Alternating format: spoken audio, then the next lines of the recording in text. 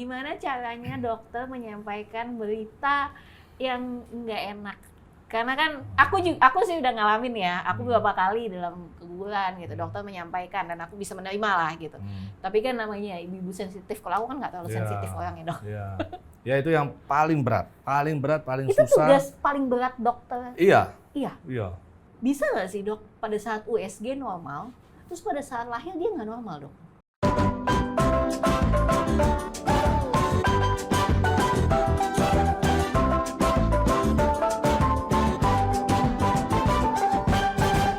Udah bawain oleh-oleh dari Jepang, ala Pak Yusuf. Mau cobain nggak? Mau lah Ci. Enak loh. Nami awas tahu. Dikit kok. Aku. Masih Ci. Habis dong. Kata Cici mahal soalnya guys kan. Ini tangannya aja pas Ini enak nih. Gue dibawain dari Jepang.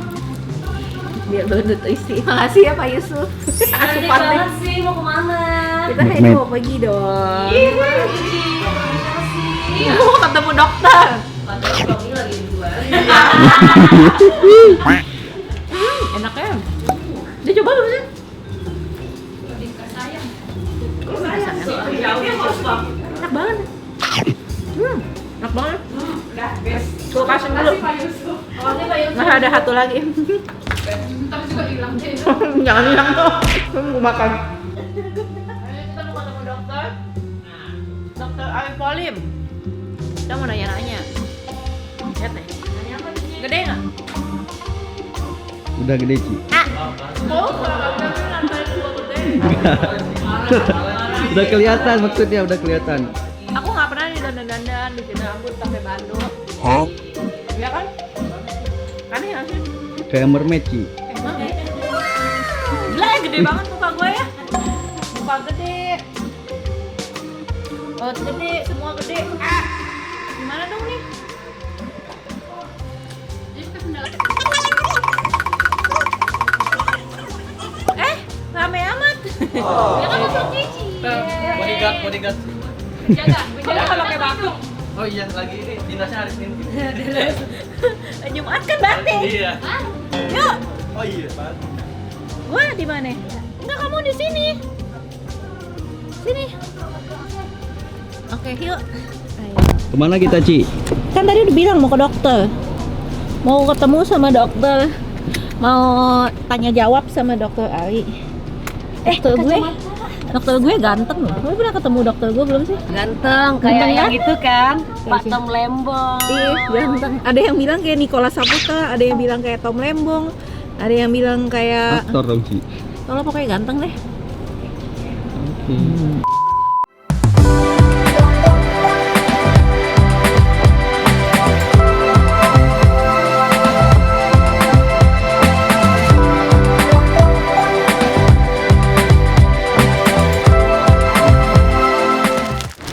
Katanya ibu hamil harus minum berapa liter gitu. Jadi aku bawa botol yang beginian. Gimana Ci? Gitu. Tumbler. Isinya Cleo. Cleo, tetap Cleo. Cleo, nggak tahu kalau diminum Cleo ya udah kita ke sana aja. Udah sampai di mana kita nih Ci? Ini rumah 48 tahu janjian sama dokter di sini mau makan. Gitu ya udah kita makan dulu ya. Udah.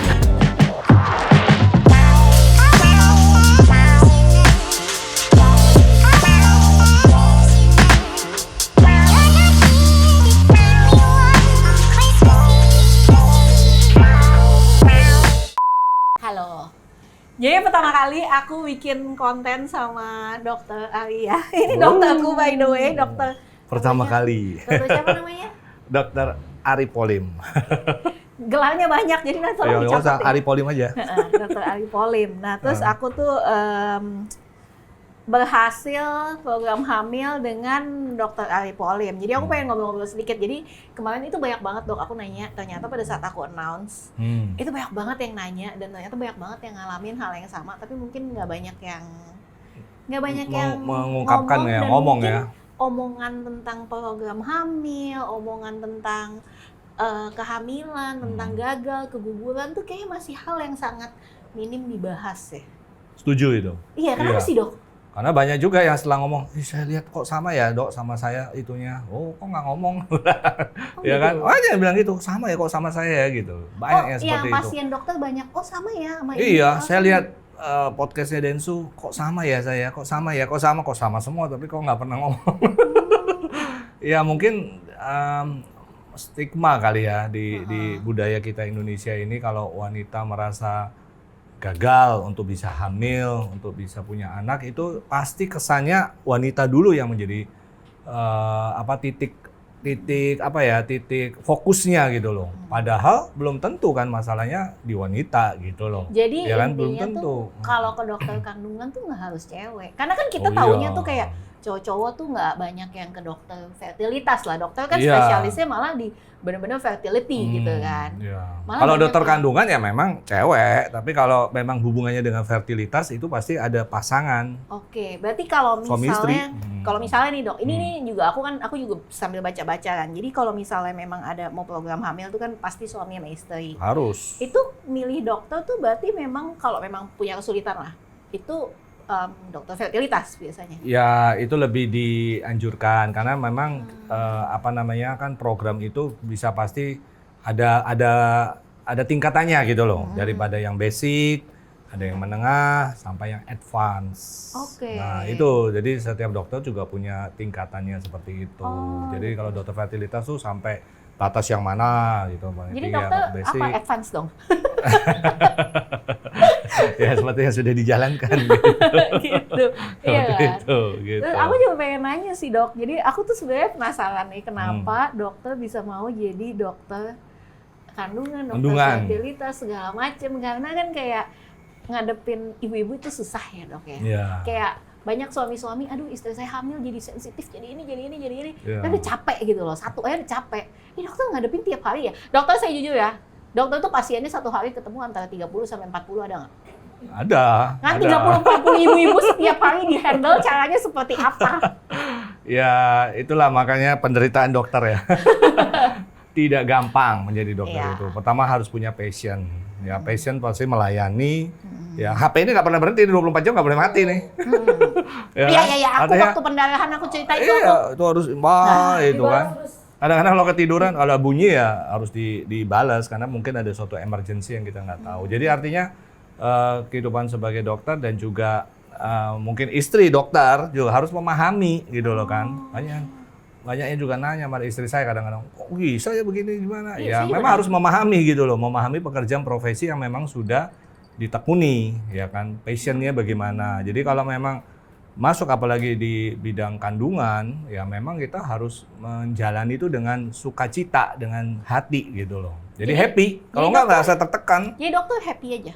saya happy gitu loh. Oh. Ya apalagi kalau membantu pasien yang sudah sekian lama belum berhasil, kemudian berhasil, dia nangis sedih, ya merasa senang sekali. Tapi kalau yang belum berhasil pun juga kita ikut sedih. Jadi kita empatinya tuh ya secara nggak sadar ya jalan gitu loh, Oh gitu. ya kan? Harus kita jalanin gitu loh. Ibu yang ngomel-ngomel sama saya juga banyak gitu juga. Ngomelin. Ada juga, ya gitulah namanya manusia ya, sifatnya bilangin.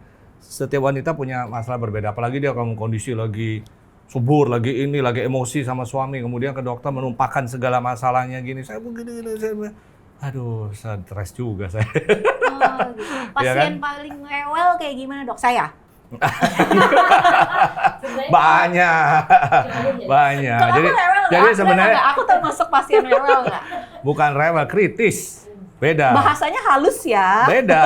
Kritis dengan kondisi yang benar itu berbeda dengan yang rewel yang tidak ada tujuan gitu loh. Hanya komplain gitu. Karena ada juga, ya kan. Jadi kita berdasarkan, oke, dia kritis, dia masalah. Oke, kalau itu memang ada kekurangan dari kita atau dari tempat yang bekerja, ya itu dipahami. Kita harus ada perbaikan. Manusia kan nggak ada yang sempurna. Iya. Ya, saya sebagai dokter tidak mungkin sempurna. Yang sempurna tuh yang pencipta gitu loh. Pasti ada masalah, kesalahan yang kita baru introspeksi. Oh iya ya, saya dulu seperti itu. Kadang-kadang saya capek, kadang-kadang itu emosi juga, kadang-kadang seperti itu. Jadi kehidupan dokter seperti itu.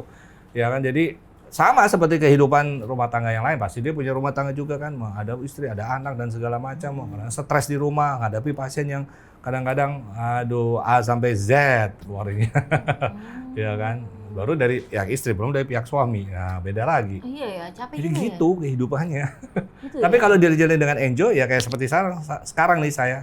Enjoy aja Saya sih jujur ngeliat dokter setiap Senang kali saya aja. datang ya enjoy aja, happy Ya aja mudah-mudahan gitu. enjoy. Heeh. Walaupun capek gitu ya, tapi tetap enjoy mukanya. Terbukti kok dok, mukanya masih oke gitu, masih Iya. ganteng gitu. Nah, Banyak makanya yang udah bilang. DM saya kayak Tom Lembong, ada yang bilang kayak Nicholas Saputra, ada yang iya. bilang kayak Ali Wibowo.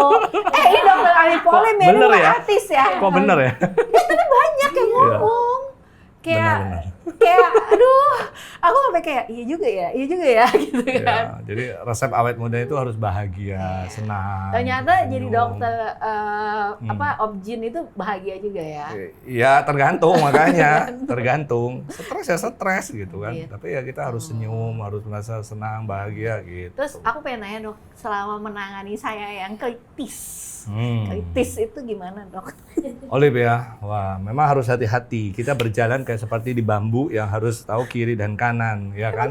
Artinya gini, kalau memang punya background medis, kadang-kadang kan dia sudah tahu kan seperti apa. Tapi kalau ya makanya karena nggak punya, tapi pengetahuannya mirip gitu loh, ya kan? Kan saya bilang tuh, dia punya pegangan buku kamus yang AI-nya itu jadi pegangan. Ya nggak apa-apa, ya itu kan. Saya yakin sekali pasti pernah ngetes saya gitu. Saya yakin. Sebenarnya enggak sih. Bukan yang ngetes artinya minta pendapat, tapi kan di otak udah tahu nih pasti kan sini nih jawabannya gitu loh. Jadi ya itu wajar, itu nggak disalahkan, sangat wajar. Ya karena pasien itu kan pengen tahu dokternya sejauh mana dia tahu apa yang dia kuasai atau tidak, atau hanya itu sangat wajar. Saya pun pasti akan merasa wah ini pasti dia punya pengetahuan di belakang cukup banyak ini. Ya namanya kan gitu. kita pengen hamil ya dok, dan Betul. kita pasti berusaha memilih sesuatu yang terbaik. Betul. Jadi ya cara nggak langsung terbaik dong Ya, ya. apalagi orang yang sudah punya pengalaman, ya kan, dulu program IVF di luar, di sini. Pasti kan ini sudah ini kan. Ya info yang dapat sudah banyak. Dulu di sini Gitu. seperti ini, padahal seperti ini. Nah ini kemudian apa yang perlu dilakukan seperti dulu. Dokter mau lakukan apa lagi? Kadang ada pasien gitu, dok, saya udah punya buku setumpuk ini. Pernah loh saya. Orang 7 kali IVF ya, dia bawa tumpuk buku segini. Dia nggak mau nerangin, dok ini bukunya. Padahal saya nerangin di ini. Coba dokter pelajari, baca, nanti kasih tahu saya apa yang perlu dilakukan dokter untuk saya. Buset, kayak kuliah lagi dok. Iya, karena dia udah capek. 7-8 kali IVF, bukunya di sini. Jadi buku tuh buku rumah sakit ya, klinik ya. Ada sampai tumpuk dia bawa satu kantong. Ya, saya harus pelajari satu-satu baru diskusi lagi seperti itu. Itulah seperti itu. Jadi orang yang sudah punya background yang banyak ya kita harus menjelaskan secara saintifik dan apa yang harus dilakukan supaya ya pasien puas gitu loh. Karena memang setiap program yang dijalankan memang tidak ada yang 100%. Ya, tapi paling tidak update yang sudah dilakukan harus kita pelajari. Gagal di sini kenapa? Gagal di sini kenapa? Way out-nya apa yang harus kita lakukan seperti itu ya. Tapi manusia. menurut aku ya dok ya, pada saat aku menjalani IVF dengan aku pas hamil, emang pertanyaan-pertanyaan dan research yang lebih banyak aku lakuin itu memang pada saat IVF. Karena kan itu sesuatu yang kayak masih nggak banyak orang lakuin. Terus kayak infonya tuh nggak sebanyak itu gitu loh dok. Teknologinya juga terus updated segala macam. Jadi harus berusaha nyari juga sendiri ya. Harus berusaha nyari sendiri, apalagi artikel-artikel academic journalnya itu masih banyak dalam bahasa Inggris. Betul setuju. Jadi aku tuh harus bener-bener mempelajari dari segi situ juga sebelum aku ngejalanin, dan aku harus tahu pertanyaan apa yang harus aku tanyain. Karena ternyata prosesnya itu kan nggak kayak program hamil biasa yang minum obat terus nanti berhubungan terus ini, ternyata prosesnya itu step-nya banyak banget dan memakan waktu gitu kan. Jadi aku terus abis udah dapat embrio pun apa yang harus dilakuin segala macam. Aku tuh jadi banyak belajar dari situ. Makanya waktu kemarin tuh aku mikir juga pas lagi milih dokter tuh, memang aku banyak ke beberapa tempat. Tapi ya wajar lah, kita pasti kan pengen milih yang baik ya, gitu. Terus aku ngeliat dokter Ari itu amat sangat bisa menjelaskan ke aku tuh dengan data yang jelas. Itu sih yang aku suka sih dok. Gitu. Memang saya juga kasih tahu kan, saya juga dosen kan. Saya kasih tahu sama murid-murid saya calon dokter-dokter. Kamu punya textbook itu udah updated. itu basic ilmu, silakan baca. Tapi updated itu di jurnal. Makanya kenapa saya bilang sama sama murid-murid saya mahasiswa, jurnal reading itu wajib kita. Setiap itu harus baca. Karena jurnal itu berbeda sekarang kita baca. 2 tahun lagi yang saya anggap saya kajarin kamu benar, itu bisa salah loh. Iya. Ya. Dan baca jurnal itu sangat penting, dan saat ini di Indonesia memang sebanyak ini jurnal masih adalah dalam bahasa Inggris. Nah, itu yang membuat keterbatasan. Jadi maka jurnal itu sangat penting. Ya, saya pun sebagai dokter bukan berarti saya udah dokter, saya udah sekian puluh pasien, sudah sekian ratus melakukan FF, saya berhenti. Enggak, saya baca jurnal terus. Harus itu. Ya kan? Oke, jurnal ini saya ikut conference. Iya. Hobi saya tuh. Conference saya mau tahu ini sekarang dibenarkan nggak yang dulu seperti ini, ya kan? Ya, jadi conference itu ada nilainya untuk kita updated. Karena conference itu hasilnya nanti akan dipublikasikan dalam bentuk jurnal gitu. Itu yang harus kita ikuti. Jadi kalau kita nggak ngikutin jurnal, nanti kita diketawain. Dulu kan udah lewat itu. Makanya jurnal tuh jangan tahun yang 10 tahun yang lalu. Kita harus lihat paling nggak 5 tahun lah, paling nggak itu masih oke lah. Iya, gitu. aku lihat kok dokter ada academic journal yang ditulis bersama dokter lain ya. Itu yang reviewnya dari Cornell University di Amerika gitu. Aku lihat, oke, itu jadi menandakan dokterku masih updated nih, aku bisa percaya nih gitu. Kita gitu. punya tim kan untuk saling ini, ya kan. Bahkan di dunia IVF pun, apalagi di dunia embrio yang hanya gitu-gitu aja itu sekarang udah berbeda, ya kan, sangat-sangat berbeda gitu kita ilmu-ilmunya. Mau nanya dong, pernah dimarahin pasien nggak? Marahin pasien? Ada aja selalu. Ngomelnya gimana dong? Ada aja. Kan ibu-ibu lagi sensitif nih. Iya, ada aja. Apa jangan-jangan saya pernah ngomel kadang-kadang nggak mungkin dia sadar? sensitif gitu ya. Lo tau jawabnya begitu sih? Kalau gini sih. Aduh. Iya. Emang iya dok? Ya gitulah namanya. Aduh, harus besar hati. Harus besar hati gitu. Pernah ngomel nggak dok? Hah? Pernah ngomel nggak? Enggak sih, cerewet. Cerewet tapi nggak ngomel. Ada juga yang ngomel. Ya, kalau misalnya kan saya bilang, ya kalau dokter nggak bisa ini ya udah. Ya mau gimana dia ngomong begitu kan? Oh gitu? Kadang-kadang ya ada selalu begitu. Dibilang apa dok? Ya nggak perlu terlalu terperinci kan, seperti Kepo gitu. ya kita ya? Kepo Ya kan, artinya kan kita ya. pasien di WA tuh disediakan dokter untuk yang hal yang basic, sederhana itu kan. Bukan berarti kita harus ngikutin semua, segini. Aduh, ini mah apa namanya, ya itu kan nggak bisa dijawab, kadang-kadang nggak mungkin dijawab secara WA kan. Betul. Penjelasan harus kita menjelaskan seperti ini. Kadang-kadang pasien maksa gitu loh. Dok, saya begini, saya harus begini. Ya nanti deh kita konsultasi di praktek baru kita jelaskan secara ini kan kita nggak bisa lihat. Saya juga nggak punya komputer kan, kadang-kadang didatanya di komputer gitu kan. Misalnya embrionya seperti apa, pembuahan atau tidak, seperti ini, berapa yang berhasil, berapa yang gagal. Nggak sesederhana kita jawab di WA. Nah itu kadang-kadang ada yang tidak mengerti gitu loh. Harus dijawab saat ini juga gitu. Oh gitu. Dan dijelaskan. Itu susah kan? Iya sih. Iya. Tapi saya kayak kalau Misalnya WA embrio saya dokter, kenapa nggak berkembang, kenapa nggak terbuai, kenapa ini? Ya saya harus lihat datanya dulu, kita harus duduk bersama, baru saya jelaskan gitu loh. Nah kadang-kadang itu yang mereka nggak mengerti gitu. Tapi ya sudahlah, itu hanya bisa saya jawab. Terus dokter, ngomel. iyalah pasti. Ya udah, bayangin, segini banyak terus, dokter kok nggak kenal saya sih? Aduh, kan saya udah tahu jelasin kata pasien ya. Ada yang bilang begitu, kan saya udah jelasin sebelumnya. Iya. Jadi udah. kadang-kadang kita juga mesti mengerti dokter itu satu hari ketemu pasien bisa 30-40. Bagaimana coba? Harus memahami satu persatu berbeda loh itu. Ya kan? Tapi- Hamilnya satu-satu berbeda, kondisinya berbeda karena saya ini pasiennya mana, ini gitu kan. Belum nama di buku sama nama panggilan beda. Oh, iya, kadang-kadang nama di situ nggak ada, namanya kan hanya apa gitu ya, A, O, I, O, E, O. Ini siapa? Gitu. Kan nggak mungkin ya. Mau nanya, Apa? dok, mau nanya Ci Olive nih dok. Kan Ci Olive dalam perjalanan untuk bisa hamil sekarang alhamdulillah udah besar.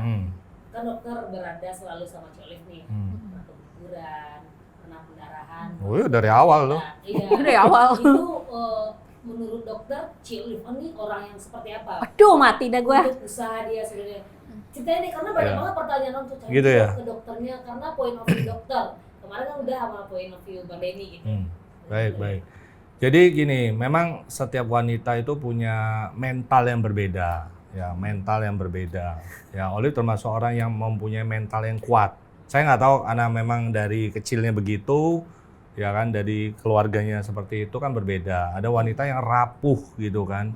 Jadi gagal atau apa itu kan suatu perjalanan yang memang tidak mudah bagi seorang ibu atau calon ibu gitu kan. Saya pahami, laki-laki kadang-kadang tidak selalu memandang hal itu dianggap remeh gitu loh. Tapi wanita tuh berbeda kadang-kadang. Jiwanya gampang rapuh, istilahnya kayak keramik gampang pecah gitu loh kan.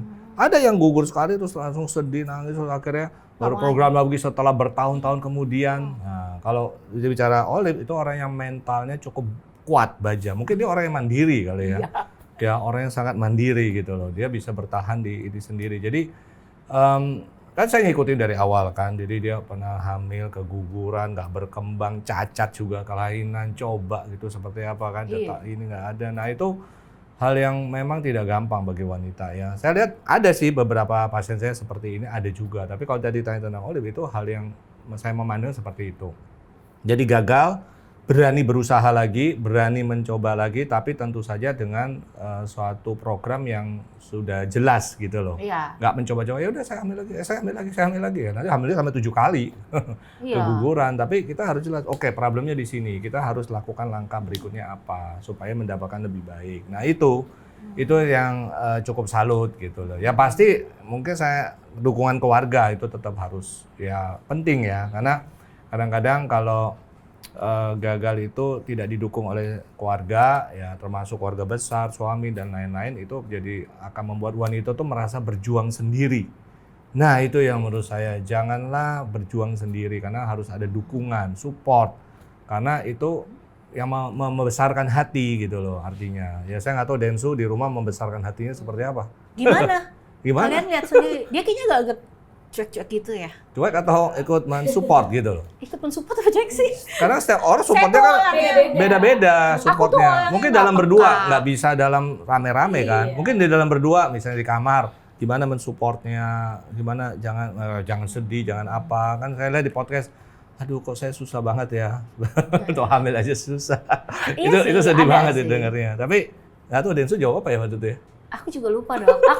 Aku tuh tipenya gini dok. Kalau udah ada yang kurang baik, ya udah nggak usah diinget lagi, kita jalan aja maju gitu loh. Maksudnya kalau aku inget-inget lagi kayak kan keinget terus ya dok. Nanti kita mau nyoba lagi jadi susah kan. Jadi aku kayak ngerasa ya udah aku jalan aja gitu loh. Aku nggak yang kayak harus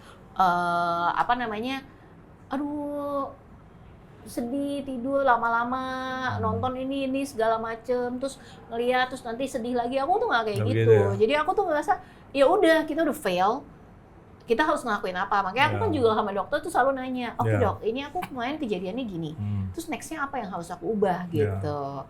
Nah waktu kemarin itu juga kan aku juga yang program terakhir aku ada ngelakuin yang agak berbeda. PRP, ingat ya dok, gitu. Jadi itu aku kayak aku nggak tahu lah ya efek apa enggak segala macem gitu kan. Tapi itu memang waktu aku konsul sama dokter kan itu salah satu masih eksperimental lah ya itu ya. Ya pro consnya banyak. Apa namanya ovarium PRP itu kan kita membuat suatu rejuvenation ya untuk pada ovarium ya. Karena kita ketahui bahwa ovarium wanita itu kan telurnya tidak bisa diproduksi lagi. Ya, dia akan habis bersamaan dan rusak bersamaan adanya namanya mutasi gen bersama dengan usia gitu. Jadi usia terutama wanita di atas 35 itu kan sudah termasuk yang di atas. Aku 37 dok. 37 kan. Nah, itu kan sudah termasuk yang advance ya. Jadi pasti memang ada kerusakan-kerusakan yang terjadi. Nah, sekarang di dunia IVF kita masih dalam kondisi riset untuk bagaimana cara kita membuat suatu stem cell. Ya kan, stem cell itu memperbaiki ovarium yang rusak. Tapi saat ini itu masih penelitian eksperimentalnya masih pada hewan, belum berani pada manusia. Ya karena itu kan suatu riset yang masih butuh waktu gitu. Kedepannya itu sangat menjanjikan sekali. Nah, yang bisa kita lakukan sekarang adalah mengambil darah dari tubuh kita karena itu yang paling tidak di-reject. Ya kan? Karena kita mau alergi sama darah kita ya. Karena itu kita memasukkan suatu ke dalam organ gitu kan, istilahnya organ indung telur. Nah itu kalau misalnya di reject karena berasal dari orang lain atau yang bagus, itu bisa membuat reaksi yang kita nggak bisa duga. Makanya penelitian pada manusia itu butuh waktu yang bertahun-tahun gitu loh. Nah PRP itu suatu hal karena dari darah, dan itu sudah banyak dipakai di dunia kedokteran yang lain, ya di kecantikan, di ortopedi dan segala macam. Nah di IVF pun juga itu termasuk hal yang ya tidak terlalu baru, tapi beberapa peneliti atau beberapa ahli menganggap itu wah itu masih belum terbukti gitu kan. Betul. Tapi memang benar kalau terus terang untuk pasien-pasien tidak semua akan memberikan hasil, tetapi itu cukup layak dicoba karena bagi yang merasa kualitas telurnya nggak bagus, dapat hasilnya nggak baik, itu cukup banyak membantu.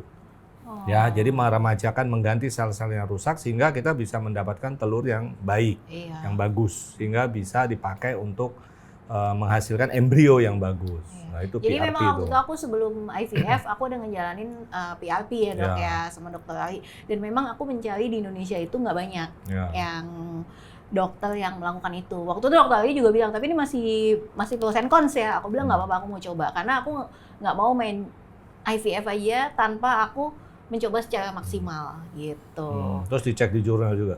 Iya, cek lah pasti lah. Itu yang dibaca dong. Emang anaknya agak-agak giki-giki nadi gitu dong. Gitu. Dok, ini kemarin tuh aku buka banyak pertanyaan ya dok ya. Terus banyak banget yang mau nanya. Mungkin kan nggak semua punya kesempatan untuk ketemu dokter lah gitu. Mungkin ini di luar kota dan lain. Gitu. Aku pengen nanya, bisa nggak sih dok pada saat USG normal, terus pada saat lahir dia nggak normal dok? Mungkin ada kecacatan atau apa? Oh bayi. Iya. Ya, jadi gini, memang USG itu ultrasonografi itu memang walaupun secanggih-canggihnya sopir di belakangnya, istilahnya kayak dokter yang melakukan USG, fetomatan dan USG tetap mempunyai keterbatasan, sangat mempunyai keterbatasan. Makanya ada kalau dikatakan memang ada kemungkinan kecil gitu ya, kecil. Kalau kita memang sudah lihat bisa aja ada sesuatu yang kadang-kadang karena posisi babynya kan semuanya kan tergantung dari posisi, berbagai posisi kan kita pada posisi betul, kita bisa melihat oh ternyata ada sedikit, itu banyak juga terjadi gitu loh ya. Jadi tidak ada yang menjamin 100% gitu loh ya. Kayak saya kemarin juga ada beberapa pasien juga yang IVF itu saya lihat wah ini pada waktu 3 bulan pertama tebel tuh ininya belakangan, tapi sudah diperiksa PGT-nya normal. Dia udah kromosomnya normal tapi tebel gitu kan. Dia bilang ini harus second opinion nih kita kan. Oke, dia mau ke Singapura. Ke Singapura dia lakukan USG. Tebel juga.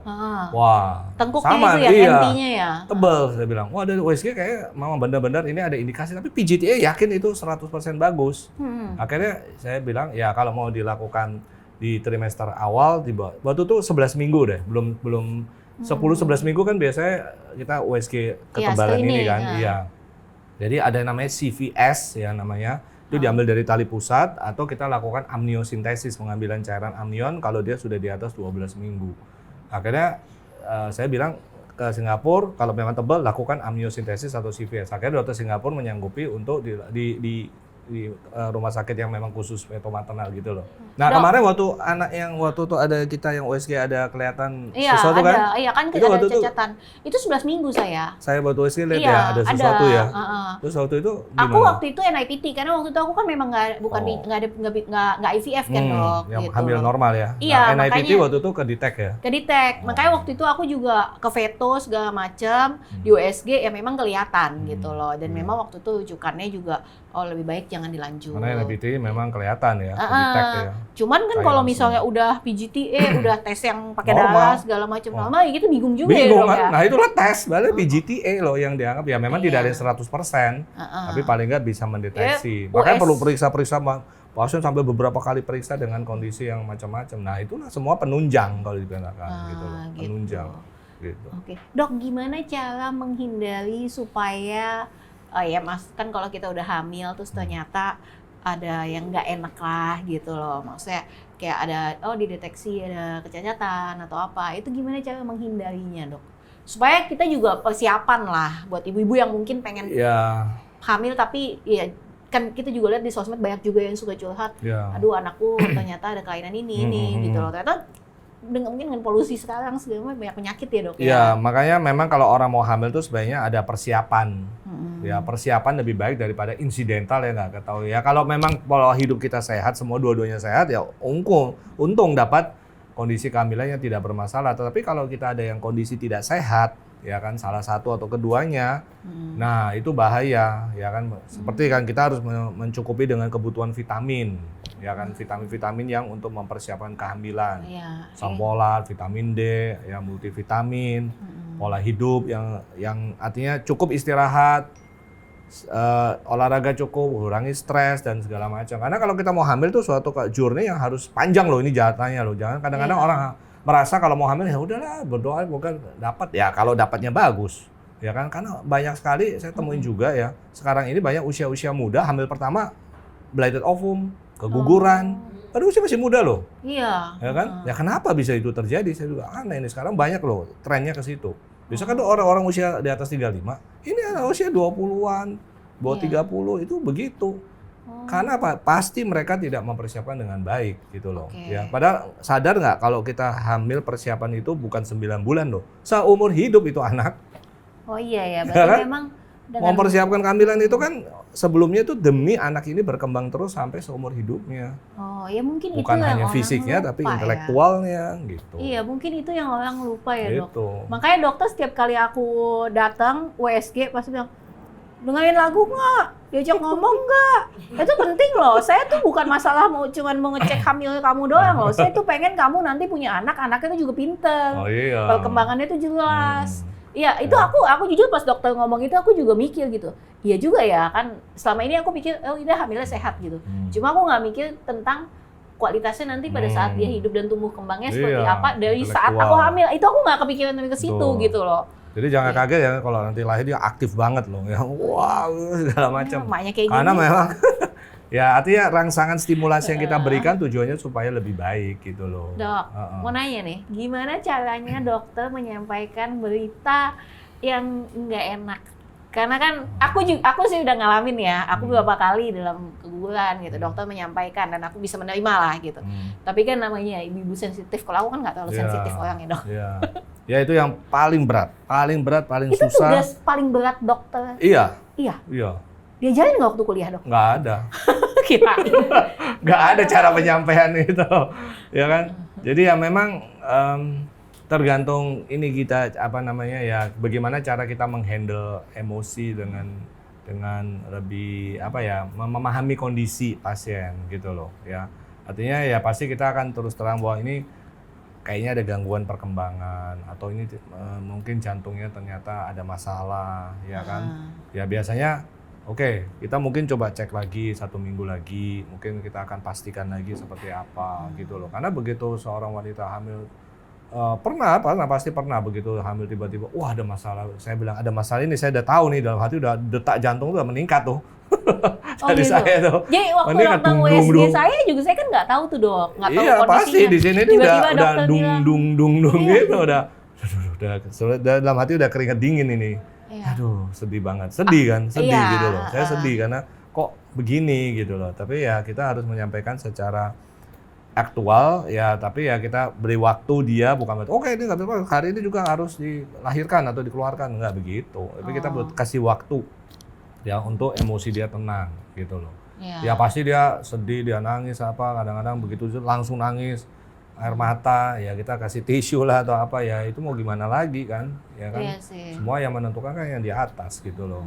Ya hal-hal itu yang nggak enak gitu loh, tapi ya bagaimana itu harus kita jelaskan, wajib kita jelaskan kondisi ini gitu. Dok, Gitu. ada nggak sih yang misalnya masih usia muda, udah punya anak 3, terus dia mau steril, boleh nggak sih dok? Ya, jadi kalau kita bicara steril, ya steril itu kan kontrasepsi mantap namanya pada wanita. Mantap istilahnya. Kalau kita istilah medis itu mantap, kontak. Ada tuh di Departemen Kesehatan mengatakan, Kementerian Kesehatan sekarang, Kementerian Kesehatan mengatakan kontak. MOW, MOP namanya. Metode operasi pria, metode operasi wanita. Itu saluran spermanya dan saluran telurnya dipotong. Tuk gitu, jadi nggak aku suka nih bertemu. dokter nih.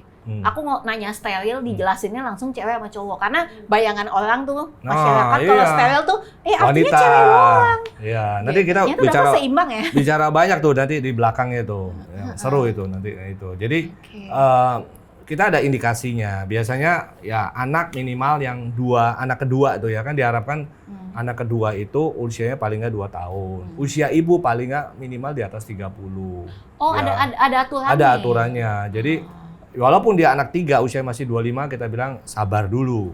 Sabar dulu. Kenapa? Banyak kejadian Ya bukan mendoakan atau apa ya. Kadang-kadang dia datang, dok saya mau hamil padahal udah steril. Oh. Ya entah Tapi anaknya ada masalah atau dia nanti menikah lagi atau apa segala macam. Itu banyak terjadi. Dok, tapi kok aku Pusing. sempat kayak baca ya, mungkin nggak banyak ya. Udah steril bisa hamil lagi, Dok. Ya, steril itu semua alat KB, itu kan masuk KB kan, KB kontrasepsi ya kan, keluarga berencana itu tidak 100%. Ya, tapi steril itu paling kecil kemungkinan dia gagalnya 0,001, 1/1000. Oke. 1 dari 1000 wanita yang disteril bisa terjadi kelolosan hamil. Entah salurannya tiba-tiba nyambung lagi. Ya, itu rencana Tuhan. Seperti itu ya, tapi 1/1000. Jadi itu paling kecil dibandingkan kontrasepsi lainnya. Iya Nah, sih. kalau kita bicara steril laki-laki dan wanita, itu kenapa banyak wanita? Iya, kenapa, Dok? Itu sebenarnya. Kenapa banyak wanita ada laki-laki? Padahal metodenya laki-laki itu lebih sederhana. Iya ya. Wanita harus bius umum, masuk ke perut, tusuk perut segala macam, lebih beresiko kan. Kalau laki-laki kan alat reproduksinya di luar. Dia Oh, tinggal iya. di ini, itu kasih Belek lokal, dikit, belek dikit, lokal potong selesai. Oh. Iya nih, berarti mesti pada fair nih ya. Kenapa tuh? Iya, Dok. Kalau iya, Dok. Karena aku- memang iya karena laki-laki itu ya mungkin lebih Lebih egois. egonya tinggi. Iya, artinya saya nggak mau biar aja yang ini gitu loh. Nah, pengen dokter tuh kalau cewek nih, kalau cewek. Iya, kasih nih. bilang, iya kenapa nggak mau takut istri aja katanya. Jadi ternyata memang bener ya, cewek tuh lebih tangguh ya. Oh benar itu.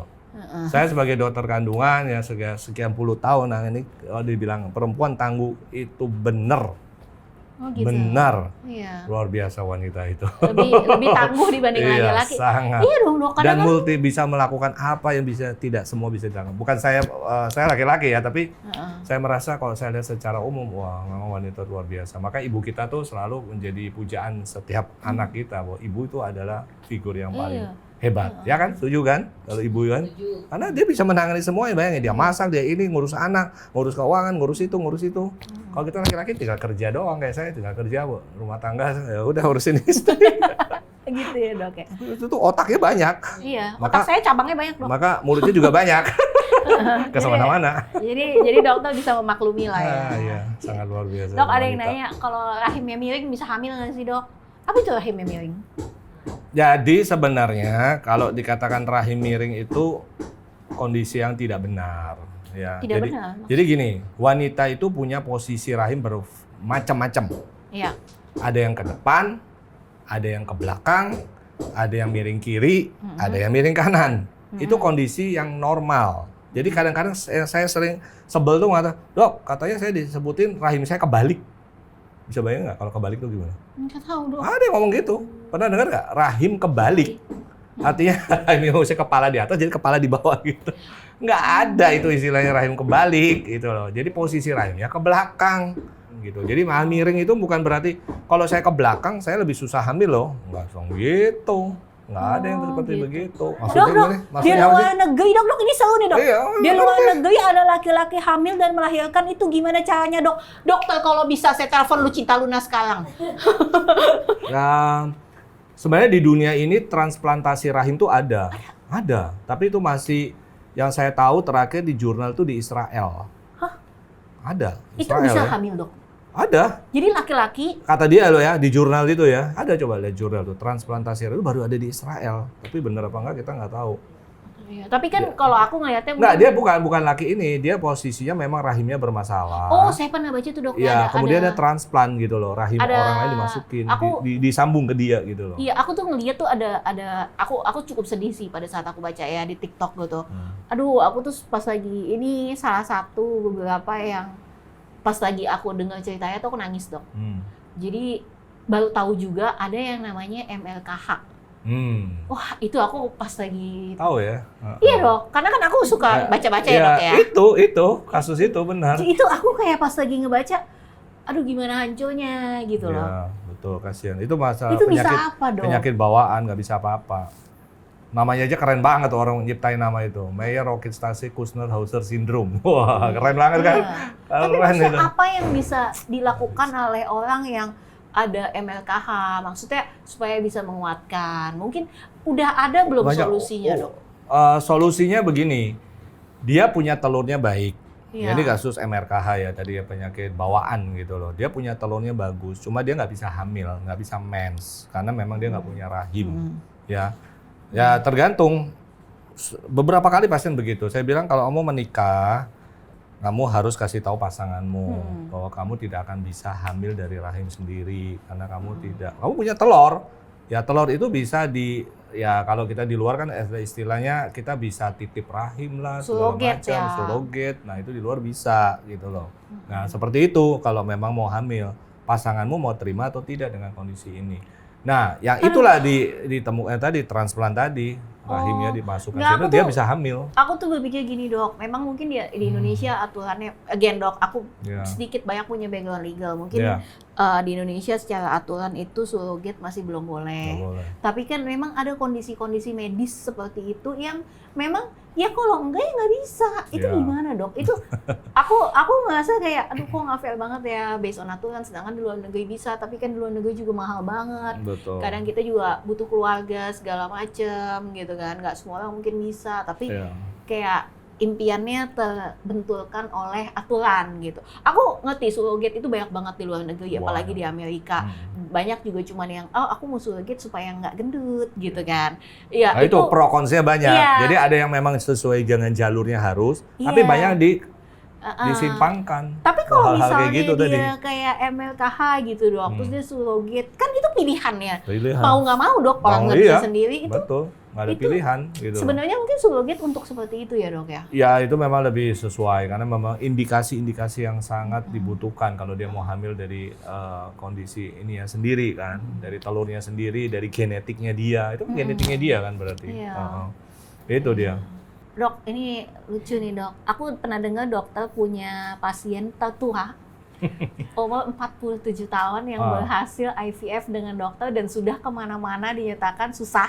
Ya. Sudah gagal beberapa kali, tapi akhirnya ke dokter berhasil. Ya puji Tuhan lah ya, Ya. gitu. Tapi ini ada dok, nenek-nenek umur 70 tahun bisa melahirkan, gimana itu ceritanya dok? Kok Ya, bisa? bukan melahirkan dulu, bisa hamil aja dulu gitu loh. Oh Ya iya, kan, kok artinya bisa? hamil dulu. Nah, kalau hamil itu biasanya kita, kalau wanita ya kita bicara sudah menopause, Heeh. ya kan? Rahimnya menopause.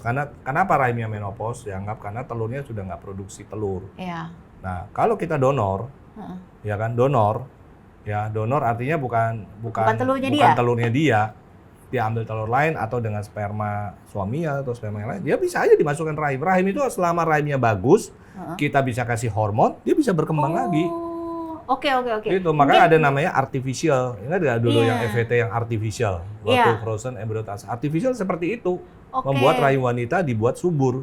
Kalau Olive kan dulu melakukan natural frozen embryo transfer. Jadi kalau natural ya memang dia harus subur. Kalau artificial dibuat. Oke, jadi pertanyaannya kalau misalnya bilang, oh iya saya umur 50, saya 60, saya 70, saya bisa hamil. Itu pertanyaan pertamanya adalah telurnya telur siapa? Iya. Gitu ya dok ya? Iya. Belum bisa aja memang, oh ya dia hamil, mungkin suaminya IVF dengan telur yang lebih Berbeda, muda, ya. dimasukkan kepada rahim yang sudah menopause pun itu bisa? Bisa. Oh, Ya, makanya luar negeri itu kan ada yang donor-donor itu kan banyak. Oke, gitu kalau loh. di Indonesia nggak ya? Nggak boleh. Sama Nggak sekali. boleh, memang masih. Iya, jadi donor tuh pasti dicari yang muda dong. Iya dong. Nggak mungkin Yang donor ganteng, dicari gitu yang ya. muda. Yang pintar, kayak dokter gitu ya. Iya. Itu sperma. Dokter mau donor. Itu sperma. Kalau telur ya cari yang pasti yang muda dong, telur. Yang wanita muda, yang masih itu, yang nggak ada penyakit dan segala macam. Itu yang dicari gitu donor telur itu. Last question. Galas pesan. Pesan dok, closing dok, sekalian buat saya dokter. Pesan-pesan untuk ibu hamil Ya. yang desperate, mungkin saya ada masa-masa desperate-nya, yang udah hamil sekarang gimana pesan-pesannya dok? Jadi kalau untuk ibu hamil secara umum ya secara khusus ya Olive lagi di sini ya, jadi selama kehamilan 9 bulan yang pertama usahakan enjoy. Ya, jangan stres, happy karena ada dalam di baby itu dia ada psikologis juga loh. Oh gitu? Kalau iya, emaknya Dok, suka marah, Hah? nanti dia lahir juga jadi pemarah. Oh gitu?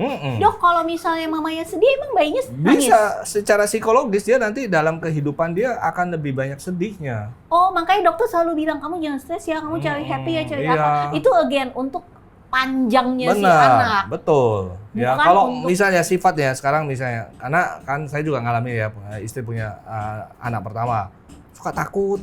Anak itu lahir suka takut. Oh gitu. Yang kedua, cewek pemberani. Anaknya jadi pemberani banget. Oh gitu. Waktu hamil nih, kayak ini kan pemberani nih, ganas nih. Macan saya dong. Semua diterjang. Jadi anaknya perempuan gak ada sih. Kayaknya. Berpemberani gitu loh. Nah itu dia Kebaca berarti lagi. ada psikologisnya yang mengalir gitu. Jadi bawaan kejiwaan seorang ibu hamil itu harus diperhatikan ya. Para suami juga perhatikan, jangan sampai istrinya Para depresi, jangan dibuat stres, buatlah happy, buat Sebut dong, bahagia. Denny Sumargo. Buatlah istri lebih baik, Denny. Ya, Denny baik kok dong. Baik kan? Ya Denny udah. baik. Jangan buat stres gitu kan. Kasih oleh-oleh yang banyak. Enggak, dia nggak pegang duit dong. Suruh saya beli sendiri dong. Ya, itu. Dan selama kehamilan ya harus dijaga gizinya, Ya. ya. Jangan kebanyakan makan juga, hati-hati. Ya, kelebihan berat badan itu juga berpotensi komplikasi, hipertensi, diabetes, itu harus hati-hati. Jadi makanan harus dijaga dengan baik, ya. Peningkatan berat badan harus dipantau dengan baik. Vitamin harus diminum dengan rajin gitu loh. Jangan lupa ini segala macam ya, karena untuk pertumbuhan otak dan tumbuh kembang baby. Karena di dalam kita bukan berarti kita makan harus 2 kali lipat deh ya. Kita makan banyak, babynya makan. Enggak, makannya yang bergizi yang penting. Oke. Yang bergizi 4 sehat 5 sempurna dengan vitamin yang cukup.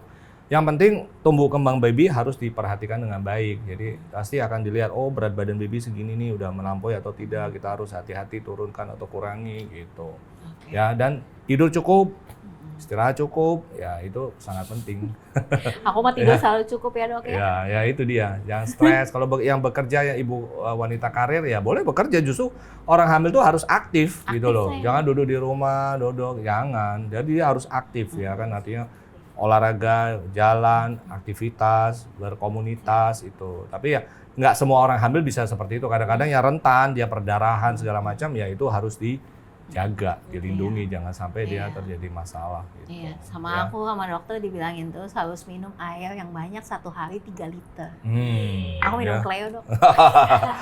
Aku suka air murni dok, nggak ada rasanya. Iya, wanita hamil harus minum cairan yang banyak. Karena apa? Karena untuk ketuban. Ya, Tubanku selama ini Iya. oke kan? ya ketuban bagus. Jadi ketuban tuh dengan minum banyak, babynya juga akan mendapat cairan lebih banyak, kencingnya lebih banyak, ketubannya lebih bagus. Oke. Jangan sampai kurang minum, terutama kalau hamil yang trimester pertama itu sukanya muntah-muntah, males minum gitu. Cairan harus banyak. Iya. Oke dok, thank you Gitu. so much ya Ya. dokter.